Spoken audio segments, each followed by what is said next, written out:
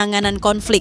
Sengketa hak ulayat tanah adat di wilayah Yaro, Kabupaten Nabire, Provinsi Papua Tengah, kembali mencuat ke permukaan.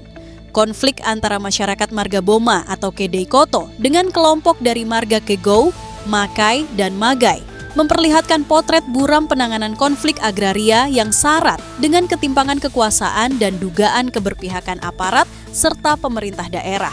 Dalam kasus ini, tindakan aparat keamanan dan dugaan keterlibatan langsung Bupati Nabire, Mesak Magai, Silas Boma dan Nike kita akan tangkap juga. Yesia Boma, Bernardus Boma, Marius Kedegoto itu kami akan tangkap semua. Jadi sorotan tajam dari masyarakat adat yang merasa dizalimi. Pada tanggal 8 Mei 2025, situasi memanas ketika pondok atau terpal milik masyarakat Boma Kedei Koto dibuka paksa. Alat-alat seperti parang, kapak, dan panah mereka disita.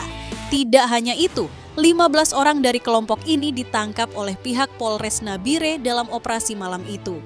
Keesokan harinya, tanggal 9 Mei 2025, 5 orang lagi dari Marga Boma Kedei Koto kembali ditangkap oleh Polsek Nabire Barat, namun mereka kemudian dipulangkan ke rumah masing-masing. Meski demikian, peristiwa tersebut menorehkan luka dan ketakutan yang mendalam di tengah masyarakat adat yang merasa hak ulayatnya diabaikan.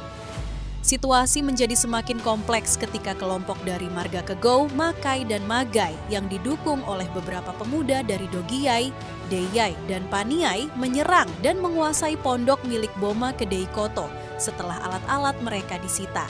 Dalam kondisi tanpa peralatan, masyarakat Boma Kedei Koto tidak mampu bertahan dan akhirnya terpaksa melarikan diri ke hutan sebelum kembali ke kota dalam keadaan tidak berdaya.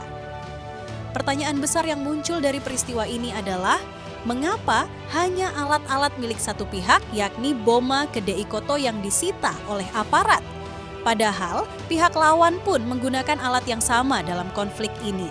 Jika memang penegakan hukum dilakukan untuk menciptakan ketertiban dan keadilan, maka penyitaan serta tindakan hukum semestinya dilakukan kepada kedua belah pihak, bukan hanya kepada satu kelompok saja. Perlakuan yang tidak setara ini menjadi sumber ketidakadilan yang nyata. Lebih jauh lagi, banyak pihak menuding bahwa Bupati Nabire, Mesak Magai, turut campur dalam konflik ini dengan berpihak pada marga tertentu diduga karena hubungan kekeluargaan. Campur tangan tersebut, jika benar adanya, tidak hanya mencederai prinsip netralitas pejabat publik, tetapi juga memperparah konflik horizontal di tengah masyarakat adat yang selama ini telah lama hidup dalam ketegangan hak atas tanah. Hak ulayat sebagai hak konstitusional. Hak ulayat merupakan hak kolektif masyarakat hukum adat atas tanah, wilayah, dan sumber daya alamnya